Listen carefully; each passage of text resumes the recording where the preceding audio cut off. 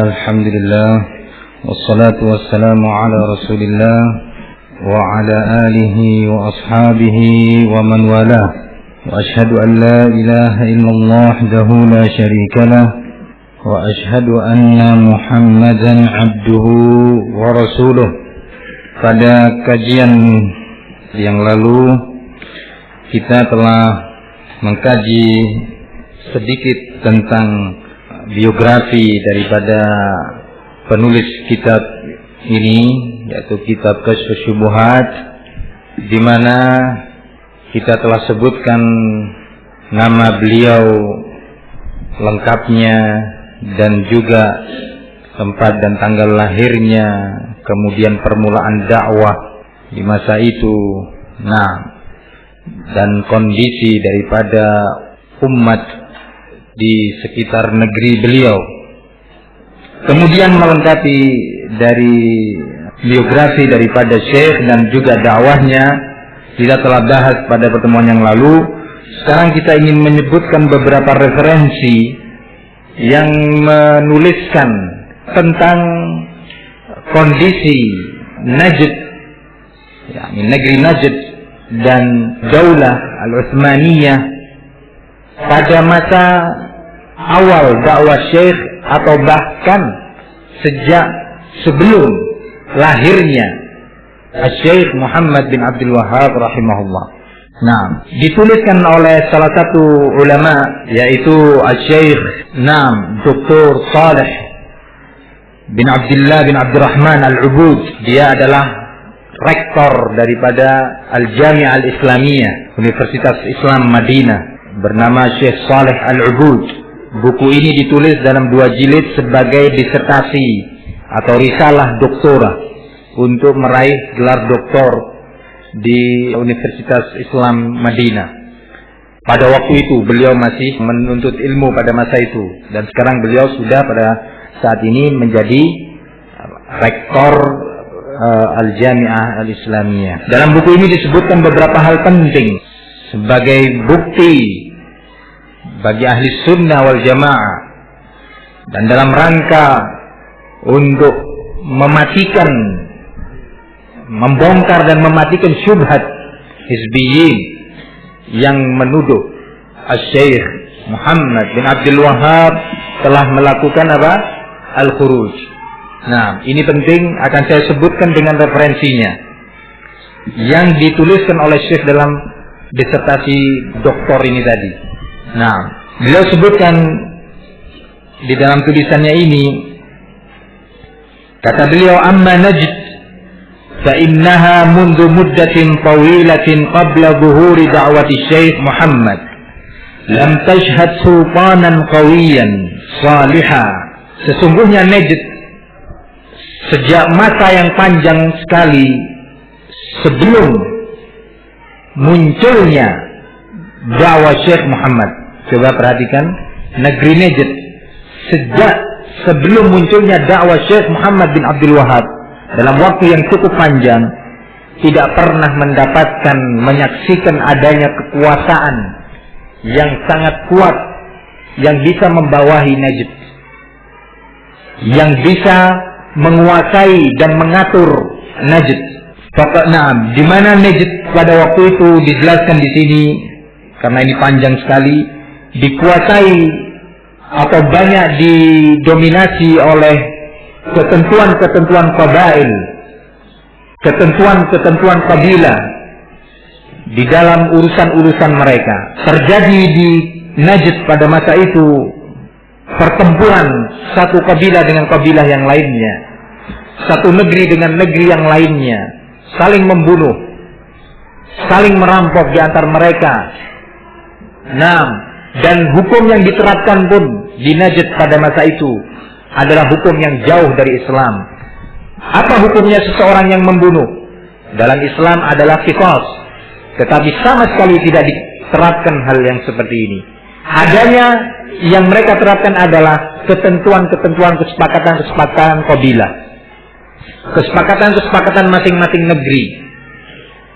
Ini yang ada. Seorang pencuri, yang semestinya dalam Islam Allah nyatakan wasariqu wasariqatu faqta'u aydiyahuma aw aydiyahuma. Pencuri laki maupun wanita hendaklah dipotong kedua tangan mereka atau tangan keduanya. Yang semestinya seperti ini sama sekali tidak dikenal hukum ini dan tidak diterapkan oleh mereka. Ini kondisi Najd pada masa tersebut. Nah, kemudian disebutkan di dalam tulisan ini juga bahwasanya Daulah Utsmaniyah pada masa itu, kalau ada yang mengatakan bahwa Najd bagian daripada kekuasaan pemerintahan Daulah Utsmaniyah, bagian daripada wilayah Khilafah Utsmaniyah, maka dibuktikan dalam disertasi ini lengkap dengan referensinya bahwasanya Najd tidak termasuk. Beliau nyatakan di sini, walam tashhad Najd ala al-umumi nufuzan lid-dawlati al-Utsmaniyah fama imtadda ilaiha sultanuha wala ata ilaiha wulatun Utsmaniyun. Sesungguhnya Najd pada masa itu pula, bahkan sejak sebelum, perhatikan, sebelum munculnya dakwah Syekh Muhammad, bahkan kita akan tahu dari penyebutan tahun, bahkan sebelum Syekh Muhammad bin Abdul Wahhab dilahirkan. Nah, barakallahu fikum, kita akan tahu tentang kondisi Najd. Jangankan dakwah Syekh, dilahirkan saja Syekh belum, kondisi Najd sudah seperti itu. Pertempuran antar mereka, tidak mengenal hukum Allah, darah dengan mudah ditumpahkan, dan Daulah Utsmaniyah pun sejak masa itu pun tidak sama sekali menyentuh, jangankan berkuasa, menyentuh Najd pun tidak. Terbukti Syekh menyatakan bahwa Najd sama sekali tidak pernah menyaksikan atau mendapatkan adanya penerapan kekuatan hukum dari Daulah Utsmaniyah. Sama sekali, kata Syekh, tidak pernah sampai kekuasaan Daulah Utsmaniyah ini ke Najd, dan tidak pula pernah datang ke Najd penguasa-penguasa dari Daulah Utsman. Tidak pernah datang ke Najd, karena memang kondisi Najd seperti itu, sehingga tidak ada satupun dari pimpinan-pimpinan Daulah Utsmaniyah yang datang. Jangankan kekuasaannya yang sampai, dari mereka pun datang tidak. Kemudian disebutkan pula di sini, wa mimma yadullu ala hadhihi al-haqiqah, dan di antara yang menunjukkan tentang kenyataan dan realita yang seperti ini secara perhitungan sejarah. 6. Istiqra'u taqsimatid daulah al-Utsmaniyah al-idariyah adalah adanya penelitian pembagian wilayah kekuasaan Daulah Utsmaniyah secara resmi bagian daripada referensi penting dari Khilafah Utsmaniyah. Famin khilali risalat Turkiyah unwanuha, maka disebutkan di dalam tulisan sebuah buku yang ditulis dari Turkiya, yakni pusat daripada kekuasaan Daulah Utsmaniyah, sebuah buku yang berjudul Qawanin Al-Utsman Darru Madhamin Daftar Diwan. Buku ini menyebutkan tentang ketentuan-ketentuan, batasan-batasan Daulah Utsmaniyah yang telah ditentukan secara resmi dari istilahnya departemen kementerian daripada Daulah Utsmaniyah. Ikhwani fillah azzakumullah, disebutkan di sana apa yang tertulis dalam buku ini. Yang mana buku tersebut, kata Syekh, allafaha Yamin Ali Asnadi. Buku tersebut ditulis oleh seorang yang bernama Yamin Ali Asnadi. Siapa Yamin Ali Asnadi ini? Bukan sembarang orang ternyata yang menulis ini. Qala kana aminan lid-daftar al-Khatimi sanad 18 wa alf, di mana orang ini tadi sebagai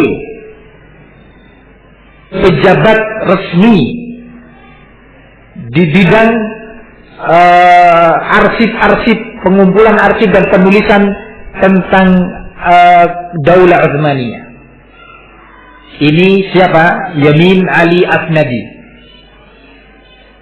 Pada tahun 1018 Hijriah. Ana ulangi, tahun berapa? 1800 Hijriah.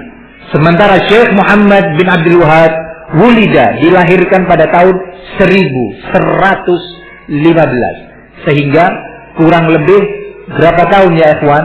1115 dikurangin 1118, 97 tahun. Gila. 1115 dikurangin 1018. Nah, berapa? 97. Alhamdulillah belum lupa matematika. Nah, 97 tahun sebelum apa? Lahirnya Syekh, apalagi dakwahnya. Ya. Apalagi dakwah Syekh. Nah, hampir 1 abad telah tertera ini semua. Ditulis oleh orang tersebut tentang kondisi daripada Daulah Utsmaniyah, yang kemudian dinukil tulisan tersebut di dalam sebuah kitab yang berjudul Al-Biladul Arabiyah wad Daulatul Utsmaniyah. Judul buku yang menukil arsip tersebut adalah Negeri-negeri Arab dan Daulah Utsmaniyah. Sekarang kita sedang membahas secara ilmiah. Nah, supaya menghindarkan dari ila waqal. Dan ini dipertanggungjawabkan tulisan ini dalam disertasi Syekh Saleh Al-Abud hafizahullah. Dinyatakan di dalam tulisan tersebut, qala min hadhihi ar-risalah, min khilal hadhihi ar-risalati tabayyan annahu منذ أوائل القرن الحادي عشر الهجري كانت دولة آل عثمان تنقسم إلى 32 إيالة إلى 32 إيالة. Maka disebutkan dalam buku tersebut dengan jelas bahwasanya sejak awal abad ke-11, abad ke-11 itu artinya 1000 sekian. Kalau abad ke-12 berarti 1100 sekian. Syekh lahir pada awal abad ke-12. Nah, sementara ini disebutkan sejak awal abad ke-11, yakni 100 tahun kurang lebih jaraknya dengan kelahiran Syekh, bahwa Daulah Utsmaniyah terbagi menjadi 32 wilayah provinsi. Nah, 32 wilayah, atau kalau dalam bahasa kita boleh dinamakan provinsi lah. Nah, minha arba'ashar iyalatan Arabiyah. Dari 32 wilayah tersebut terdapat 14 wilayah dari negeri-negeri Arab. Jadi negeri-negeri Arab yang di bawah kekuasaan Daulah Utsmaniyah ada 14 wilayah dari 32 wilayah yang dibawahi oleh Daulah Utsmaniyah. Nah, wa biladu Najd laysat minha. Sementara Najd yang itu bagian daripada Jaziratul Arabiyah tidak termasuk dari 14 yang disebutkan dalam arsip peta wilayah Daulah Utsmaniyah. Najd tidak termasuk dari 14 wilayah Daulah Utsmaniyah dari sekian wilayah negeri-negeri Arab di Jaziratul Arabiyah. Nah, ma'ada al-ahsa, selain negeri al-ahsa, ada sebuah negeri namanya al-ahsa. Nah, negeri al-ahsa ini yang sudah kita sebutkan pada kajian yang lalu. Siapa yang bisa menyebutkan tentang kasus negeri al-ahsa? Ghairuka ya Zubair. Ghairuka aidha. Nah, siapa yang bisa menyebutkan antum? Siapa namanya? Nah, antum. Negeri Al-Ahsa, masih ingat sesuatu tentang negeri ini? Sudah disebutkan ya? Kajian lalu sudah. Nah, Adi, apa itu negeri Al-Ahsa? Naam, antum? Al-Ahsa itu dalam perekonomian di negeri Yaman. Terus? Itu amirnya itu ditekan kalau dakwanya saya itu enggak. Ahsanta. Yakni Al-Ahsa ini mirip kalau di zaman kita singkatnya kayak IMF. Nah, yang menekan negeri Uyainah untuk mencegah dakwah tauhid, untuk mengeluarkan Syekh Muhammad bin Abdul Wahab dari tanah kelahirannya dan menghentikan dakwahnya di negeri Uyainah. Ini Al-Ahsa. Kayak IMF. Kalau nggak ikut aturan, berhenti bantuan. Kelabakan. Nah, jangan-jangan nanti rakyat mengadakan gerakan reformasi. Bahaya ini kalau begini. Oleh karena itu Amir Uyainah, yaitu Utsman bin Nusar bin Ma'mar ini sempat goyang dan meminta kepada Syekh Muhammad, ya sudahlah Syekh, minta tolong keluar dulu Syekh.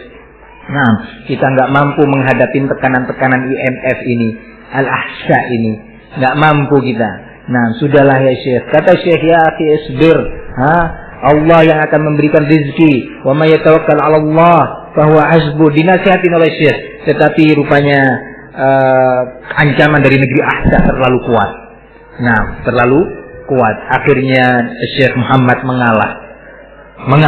Tidak kemudian Syekh naik mimbar menyatakan bahwa Amir penakut, Amir pengecut. Nggak kemudian naik mimbar bisanya hanya jualan jamu kayak mbok jamu. Enggak, ya. Bukan seperti itu. Syekh Muhammad bin Abdul Wahab seorang dai yang berjalan dengan hikmah, yang berdakwah dengan basirah. Khalas, Amir sudah nggak mampu. Tidak kemudian dinyatakan, wallahi para hadirin, ini adalah pimpinan yang berkhianat, mau menjual kepentingan Islam dan muslimin. Enggak. Syekh sabar. Baik, saya keluar dari kampungnya lagi, bukan dikeluarkan dari tempat dia berdakwah di negeri lain, dari kampungnya. Dia dilahirkan di sana, banyak saudaranya, misanan, ami-aminya. Masih ada. Keluar Syekh. Nah, dengan membawa apa?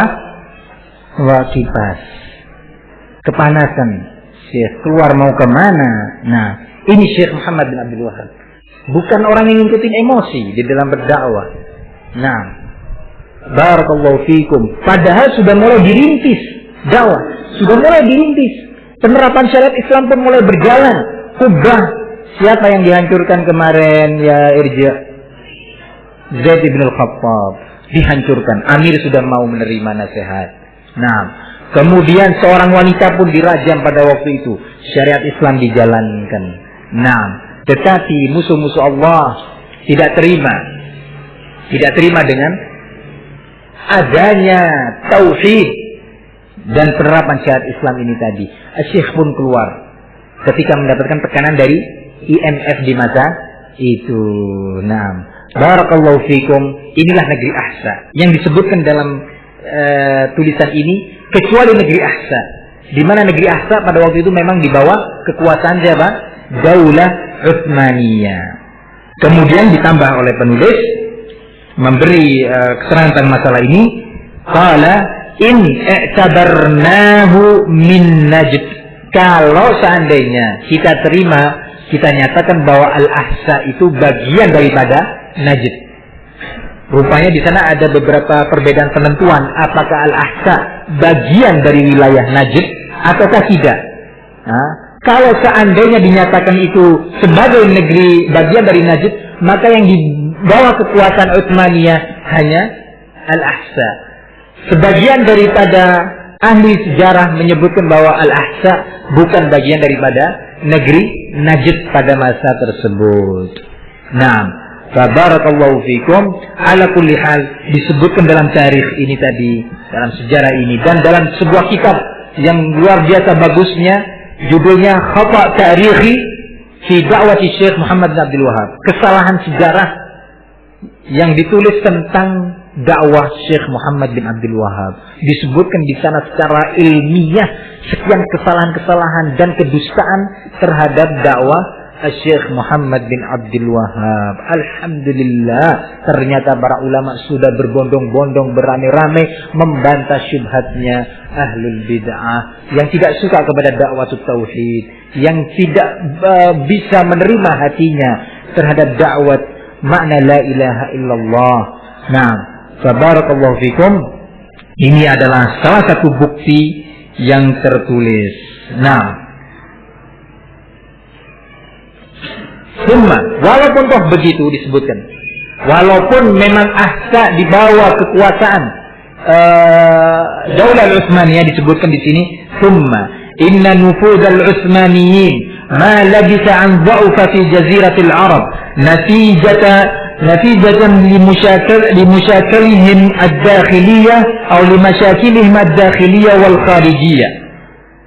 واضطروا في نهاية الأمر إلى ترك اليمن بسبب ثورة أئمة صنعاء ضدهم، واضطروا إلى مغادرة الأحساء أيضا أمام ثورة زعيم بني خالد براق بن غرير وأتباعه سنة 1080. Nah, disebutkan di sini bahwa ternyata toh pada masa itu pula yang ahsa ini dinyatakan di bawah kekuasaan daripada Daulah Utsmaniyah.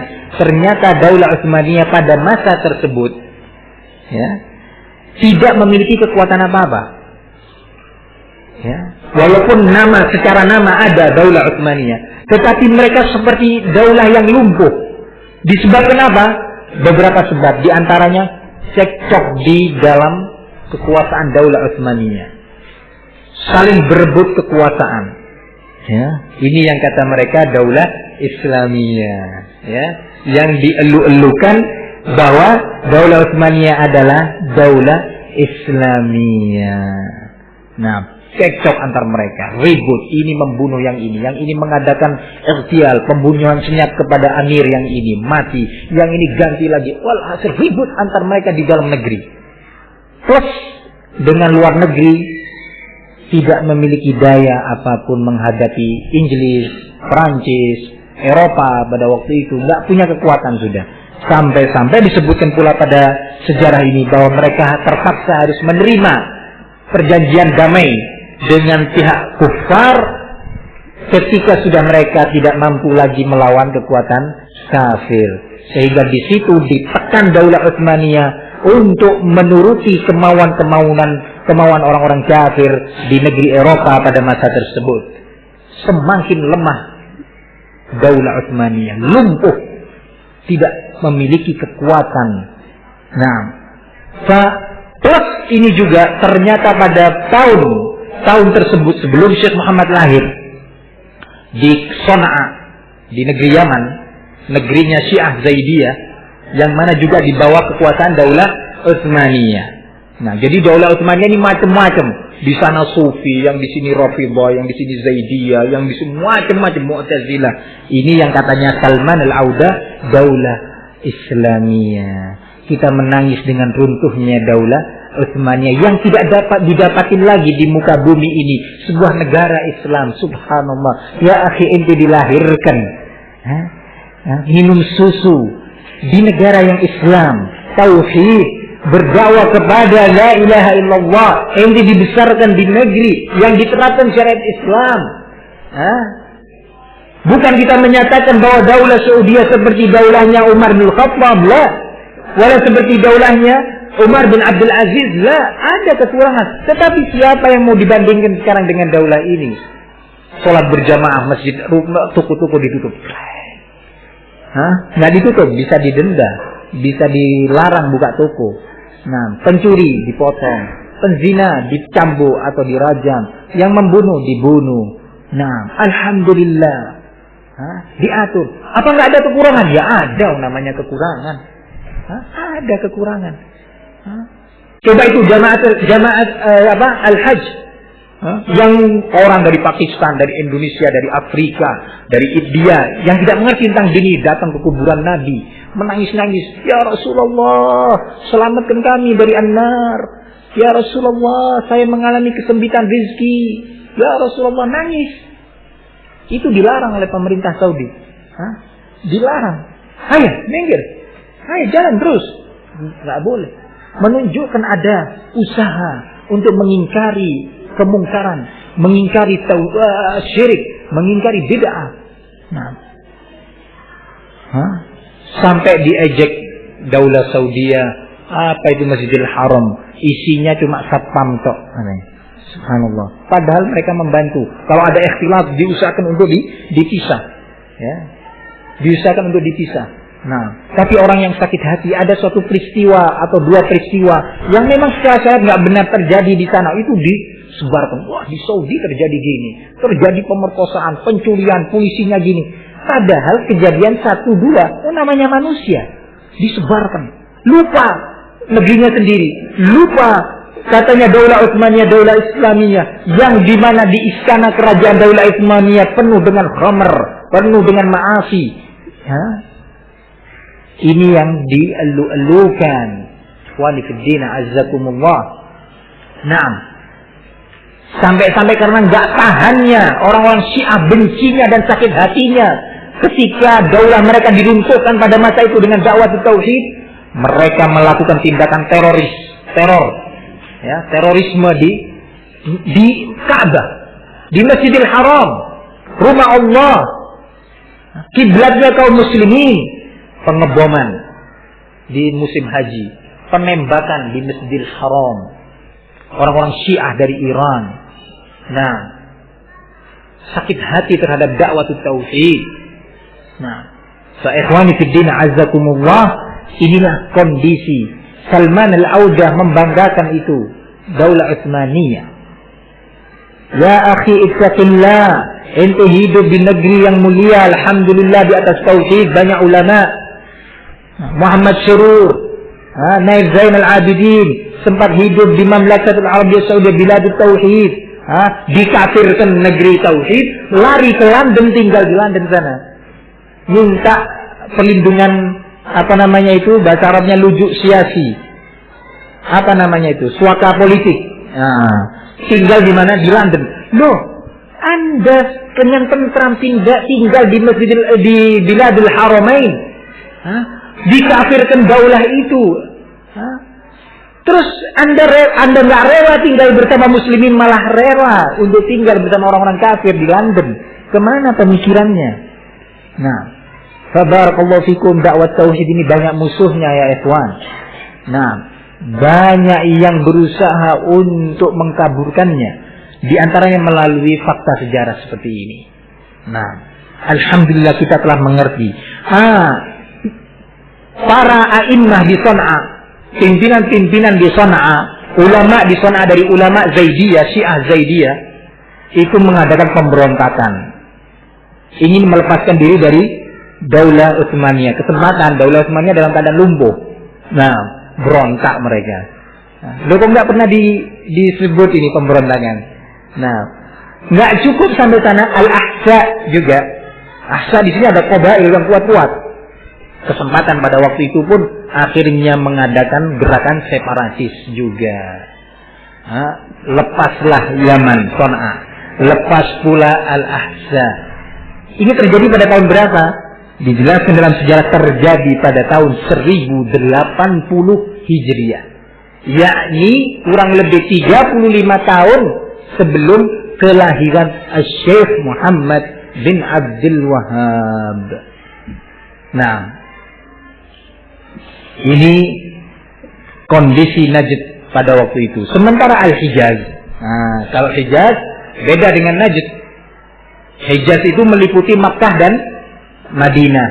Ini masuk daripada Hijaz. Pada masa itu juga disebutkan di sini.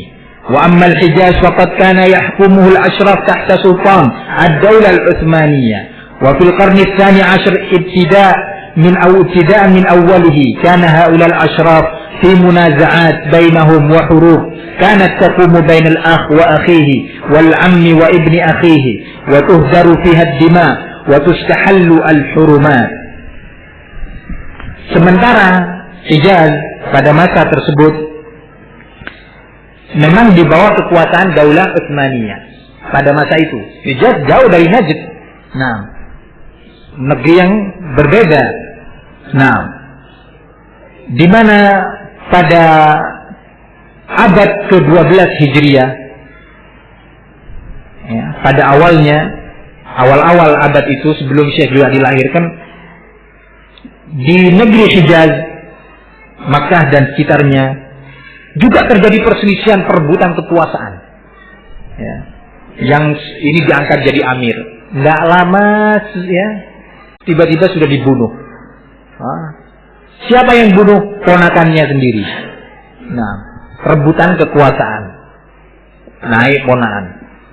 Baru berjalan, nggak lama terbunuh lagi. Siapa yang bunuh? Saudara misannya, Ibnu Ammi. Nah, bunuh lagi. Terus, ini kondisi Hijaz. Yakni dalam keadaan carut marut. Dalam keadaan hukum-hukum Islam nggak bisa diterapkan.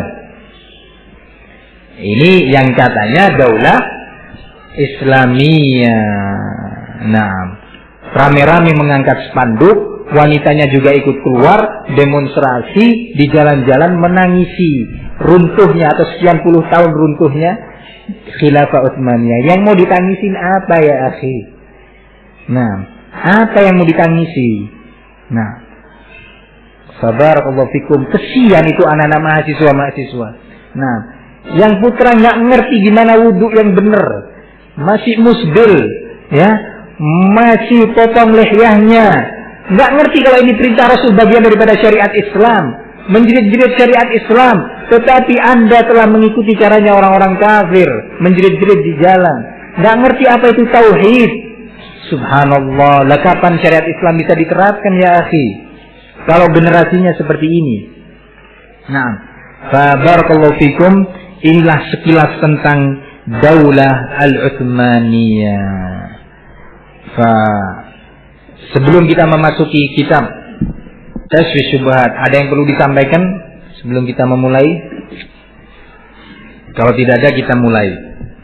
Pada hari ini kita memasuki kitab Tasfiyus Syubhat.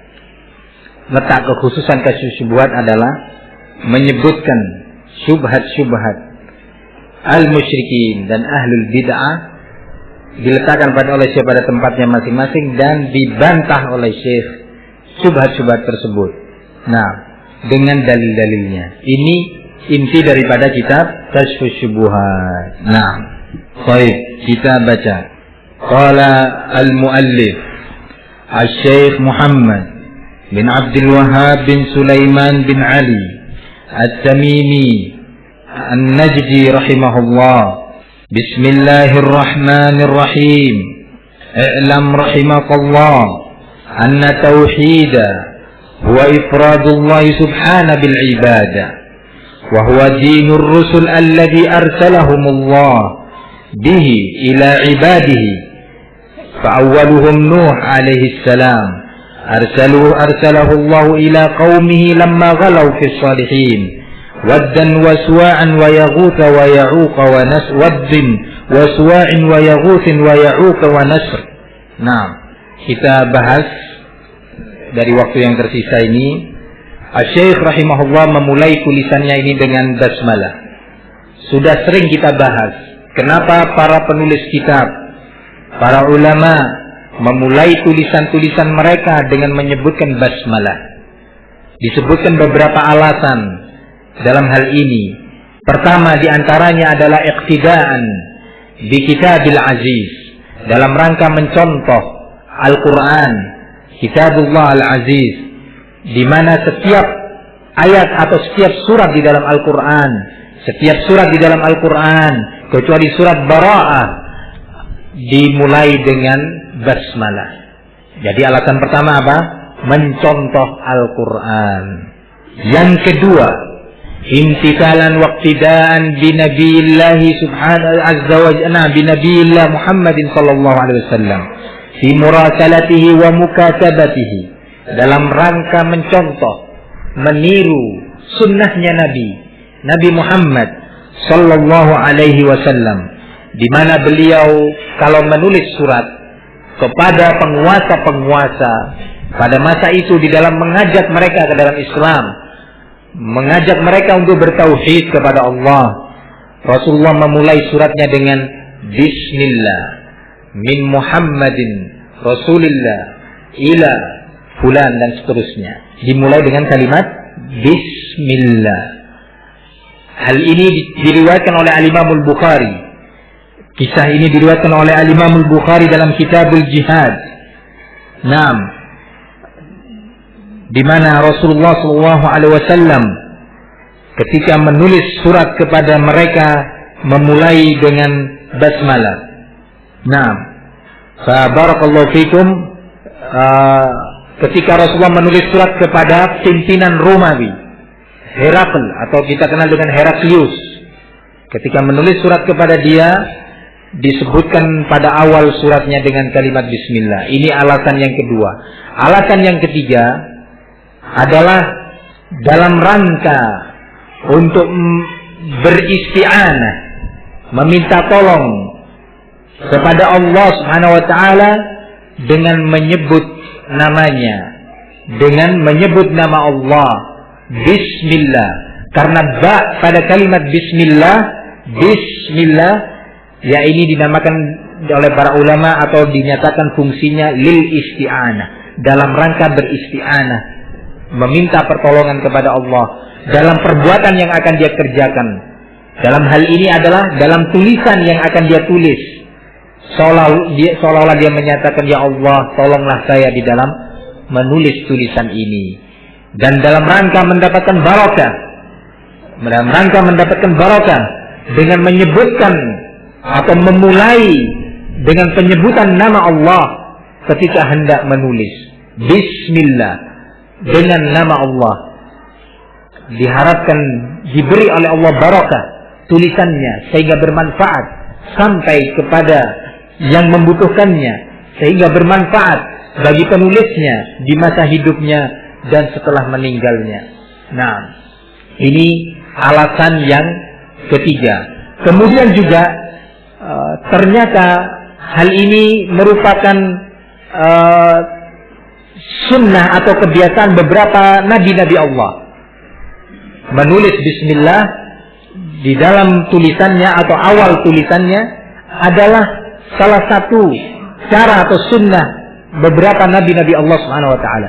Di antaranya adalah Nabi Allah Sulaiman ketika menulis suratnya kepada Ratu Saba, namanya bukan Balqis, terkenal di kalangan awam namanya Balqis, ya, tetapi tidak disebutkan nama ini di dalam Al-Quran maupun dalam Sunnah, sehingga kita tidak bisa menetapkan bahwa nama Ratu Saba adalah Balqis. Nah, tetapi disebutkan di dalam kisah-kisah Israiliyat. Dalam kisah-kisah Israiliyat kemudian tersebar di kalangan awam bahwa namanya adalah Balqis. Nah, tetapi kita menyebutkan dengan nama Malikat Saba, Malikah As-Saba, yakni Ratu negeri Saba. Di mana negeri Saba itu? Di Yaman sekarang ini. Nah, barakallahu fikum. Ketika Nabi Allah Sulaiman menulis surat kepada Ratu Saba, Malikat Saba ini tadi menyatakan, innahu min Sulaimana, innahu bismillahirrahmanirrahim. Nah, disebutkan kalimat Bismillah. Nah, baru setelah itu Nabi Sulaiman menyebutkan apa yang dimaui di dalam dakwahnya tersebut yang beliau tulis dalam suratnya. Nah, barakallahu fikum, ini ternyata juga sunnah beberapa nabi Allah Subhanahu wa taala. Ikhwani fid din azzakumullah, di sana disebutkan sebuah hadis yang sering dijadikan oleh sebagian ulama sebagai dalil tentang disunnahkannya memulai tulisan atau ucapan atau perbuatan dan yang semisalnya dengan Bismillah, yaitu hadis Anas bin Malik dan yang lainnya dengan lafaz kullu amrin dzibalin la yubda'u fihi bi bismillahirrahmanirrahim fahuwa aqta. Setiap perkara ya yang tidak dimulai dengan bismillah, maka perkara tersebut terputus dari barokah. Secara makna mungkin saja benar, secara makna mungkin saja benar, tetapi hadis ini tidak pernah diucapkan oleh Nabi Muhammad sallallahu alaihi wasallam. Walaupun secara makna bisa-bisa saja benar. Nah, perlu dibahas, tetapi secara sanad hadis ini tidak sah dan sangat lemah. Hadis ini sangat lemah sebagaimana disebutkan oleh Syekh Al-Albani rahimahullah di dalam kitabnya Al-Irwa jilid yang pertama pada hadis yang pertama. Nah, disebutkan dalam kitab tersebut dengan sanad yang sangat lemah. Nah, atas dasar itu tidak boleh kita menjadikannya sebagai dasar, apalagi kita menyatakannya bahwa ini adalah perkataan Rasulullah Sallallahu Alaihi Wasallam. Jangan sampai kita menyatakan bahwa itu adalah pernyataan Rasul, supaya kita tidak terkena ancaman man qala anni ma lam aqul falyatabawwa maq'adahu minan nar. Barang siapa yang berkata sesuatu atas namaku yang mana aku tidak pernah mengucapkannya, maka hendaknya dia menyiapkan tempat duduknya dari an-nar. Nah, dari an-nar. Fa barakallahu fikum. Kita mengetahui kenapa dan apa alasan para pengarang kitab, para ulama memulai kitab-kitab mereka dengan bismillah, dengan sekian alasan yang tadi telah kita sebutkan dan insyaallah bisa dipahami. Kemudian yang berikutnya, i'lam rahimakallah, ketahuilah, kata Syekh, semoga Allah merahmati kamu. Nah, di sini ada beberapa hal penting yang sudah pernah kita bahas dalam kitab Thalathatul Usul. Pertama, Syekh memulai hiwarnya, memulai ucapannya dengan kalimat i'lam, yang maknanya adalah ketahuilah. Nah, Syekh ingin dengan kalimat ini agar para pembaca, para pendengar memperhatikan apa yang akan disampaikan, bahwa ini adalah ilmu yang harus pendengarnya, penuntutnya menseriuskan pendengarannya dan perhatiannya tentang apa yang akan disampaikan. I'lam, ketahuilah. Nah, dan ini merupakan salah satu cara penyampaian, ya, salah satu cara penyampaian dengan cara penegasan seperti ini, atau dengan cara barakallahu fikum tanya jawab. Nah, ini dicontohkan oleh Nabi, dicontohkan oleh Rasul Sallallahu Alaihi Wasallam ketika Rasulullah bersama Mu'ad di atas himar, di atas sebuah keledai. Rasulullah ingin memberi sebuah ilmu kepada Mu'ad. Tidak kemudian Rasulullah menyatakan apa yang ingin beliau sampaikan tentang ilmu tersebut secara langsung, padahal Mu'ad ada di belakangnya yang bisa mendengar apa yang akan disampaikan oleh Rasulullah dengan jelas. Tetapi Rasulullah menyatakan, ya Mu'ad, atadri ma haqqullahi 'alal ibad wa ma haqqul ibadi 'ala Allah. Wahai Mu'ad, tahukah engkau apa itu hak Allah dari hamba-hambanya dan apa itu hak hamba-hamba Allah dari Allah? Mu'ad menjawab, qultu Allah wa rasuluhu a'lam. Aku katakan Allah dan Rasulnya saja yang tahu tentang jawabannya. Di sini Rasulullah ingin menarik perhatian Mu'ad supaya perhatiannya serius dan dengan mudah dia pahami, kemudian dia hafal ilmu tersebut. Baru setelah itu Rasulullah menyampaikan tentang jawabannya. Dan yang seperti ini sering Rasulullah ketika duduk di tengah sahabatnya ingin memberikan beberapa hukum-hukum syariat. Rasulullah tidak langsung menyampaikan rincian hukum-hukum tersebut, tetapi Rasulullah masih menyatakan, ala unabbiukum bi akbaril kabair, ala unabbiukum bi akbaril kabair. Maukah kalian aku kabarkan tentang dosa-dosa besar yang besar? Ketika itu sahabat langsung memperhatikan, yang tadi mungkin sempat ingat, oh di rumah ini ada nggak masakannya ya? Nah, oh jangan-jangan anak-anak belum minum susu. Nah, ingat yang seperti ini mungkin kan seseorang diingatannya, aduh ini utangnya si fulan belum ana bayar. Nah, diingatkan oleh Rasulullah agar semua perhatiannya menyatu. Ala unabbiukum bi akbaril kabair. Maukah kalian aku kabarkan tentang dosa-dosa besar yang sangat besar? Setelah itu, setelah semua memperhatikan, baru Rasulullah menyebutkan satu persatu merincinya. Dirinci oleh Rasulullah SAW. Ini salah satu bentuk dari sekian bentuk penyampaian. Atadruna manil muflis? Tahukah kalian, kata Rasulullah, siapa yang orang itu dinyatakan dia sebagai orang yang merugi? Sahabat menyatakan, al-muflis fina kada wa kada ya Rasulullah. Kalau orang yang merugi di antara kita itu adalah yang seperti ini dan seperti ini ya Rasulullah. Kemudian baru dijawab oleh Nabi rinciannya. Ya. Ini adalah tata cara mengajar. Sehingga penting untuk kita pun meniru tata cara yang seperti ini. Ketika sudah ada yang ngantuk, gini, ya fulan, apa tadi syaratnya ini? Apa itu rukunnya la ilaha illallah? Kan dia langsung, iya. Yang lainnya tadi yang mulai mau gini jadi bangun juga. Nah, yang tadinya sempat mikir, anak punya janji dagangan sama si fulan, kembali lagi pikirannya ke sini. Nah, ini penting sehingga tidak menutun. Ini adalah tata cara dakwah yang dicontohkan oleh Rasulullah SAW. Syekh memakai cara ini. I'lam rahimakallah. Kemudian yang kedua, kalimat rahimakallah dimulai oleh Syekh pembicaraannya sebelum beliau sampaikan ilmu yang akan beliau berikan ini tadi dengan doa. Rahimakallah. Semoga Allah merahmati engkau. Nah, kalimat rahmah ini tadi kalau disebutkan sendiri, ya, tanpa diiringi dengan kalimat maghfirah, maka maknanya adalah semoga Allah mengampuni dosa-dosamu yang telah lalu dan sekaligus Allah melindungi dan menjaga kamu dari perbuatan dosa yang akan datang. Itu kalau rahimakallah sendiri. Tetapi kalau disebutkan i'lam rahimakallah wa ghafarallahu laka, misalkan, ketahuilah, disebutkan rahmat dan disebutkan maghfirah, maka maknanya sendiri-sendiri. Rahmah itu maksudnya semoga Allah menjaga dari perbuatan dosa untuk masa yang akan datang. Maghfirah adalah semoga Allah mengampuni dosa-dosa kamu yang telah kamu lakukan pada masa yang lalu. Nah, jadi yang lalu dan yang akan datang.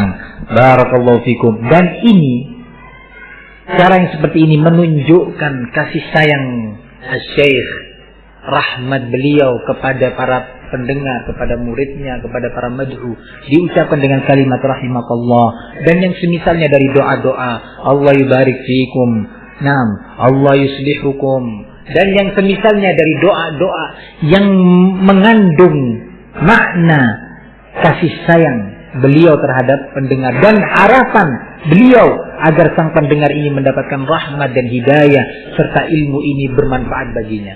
Dan ini pun uslub di dalam dakwah, di dalam penyampaian kepada para mad'u. Ketika kita menasihatin, Allah yubarik fik, ya akhi isma, Allah yubarik fik, asa Allah yarhamani wa iyyaka, mudah-mudahan Allah memberi rahmat kepadaku dan ente. Nah, ini tata cara yang dicontohkan dan disukai oleh para ulama rahimahumullah. Nah, sampai di sini ada yang perlu disampaikan sebelum dilanjutkan? Kalau enggak kita lanjutkan. Qala anna at-tauhid huwa ifradullah subhanahu bil ibadah. Ketahuilah bahwasanya tauhid itu, yang dimaksud dengan tauhid itu, kata Syekh, adalah ifradullah subhanahu bil ibadah, pengkhususan Allah subhanahu wa ta'ala sendirinya dalam perkara ibadah. Ini artinya tauhid. Nah, sehingga perlu diketahui dan dihafal apa yang dimaksud dengan kalimat tauhid. Yang mana jenis tauhid inilah yang kemudian Syekh menyatakan pada berikutnya, wa huwa dinur rusul alladzi arsalahumullah bihi ila ibadihi. Dan tauhid yang seperti inilah yang maknanya itu adalah ifradullah subhanahu bil ibadah, pengkhususan Allah subhanahu wa ta'ala dalam perkara ibadah. Itu adalah agamanya para rasul, dinnya para rasul yang Allah kirim kepada hamba-hambanya. Ini penting, definisi ini penting. Kenapa? Supaya nggak dikira bahwa yang dimaksud dengan tauhid itu adalah seperti yang dipahami oleh sebagian umat ini, bahwasanya pengertiannya adalah Allah sebagai pencipta alam semesta satu-satunya. Bahwasanya pengertian dari tauhid itu adalah Allah pemilik dan pengatur alam semesta sendirinya. Bukan ini yang dimaui dengan kalimat tauhid, sebagaimana nanti akan kita pelajari satu persatu. Nah, bukan yang dimaksud dengan tauhid adalah penafsiran sebagian orang yang menyatakan bahwa tidak ada hakim kecuali Allah, tidak ada hukum kecuali hanya milik Allah. Kita menyatakan benar pengertian ini secara makna betul, bahwa tidak ada pencipta hanya Allah, tidak ada pemilik dan pengatur alam semesta kecuali Allah, tidak ada hakim kecuali Allah, tidak ada hukum kecuali milik Allah yang menentukannya, betul. Tetapi ketika Anda menjadikan ini sebagai makna tauhid, yang dengannya Allah mengutus para rasul, yang dengannya Allah perintahkan untuk berjihad, yang dengannya harus berpisah seorang anak dengan ayahnya, yang dengannya darah seseorang menjadi halal. Nah, barakallahu fikum, bukan ini yang dimaui. Nanti kita akan bahas satu persatu tentang makna-makna ini dan sisi pandang syariah tentang apa yang mereka maknakan tentang kepada tauhid atau makna la ilaha illallah. Sehingga Syekh ingin menekankan, ketahui bahwasanya tauhid yang maknanya itu adalah ifradullah bil ibadah. Nah, ifradullah bil ibadah, pengkhususan Allah dalam perkara ibadah, itulah tauhid. Kemudian Syekh menyatakan wahwa dinur rusul, yang mana tauhid ini adalah agama setiap rasul yang Allah mengutus mereka kepada kaumnya. Ini akan kita bahas insyaallah lebih lengkap lagi pada kajian yang berikutnya biiznillah. Wabillahi taufiq wal hidayah. Subhanakallahumma wa bihamdika wa asyhadu an la ilaha illa anta wa astaghfiruka wa atubu ilaik.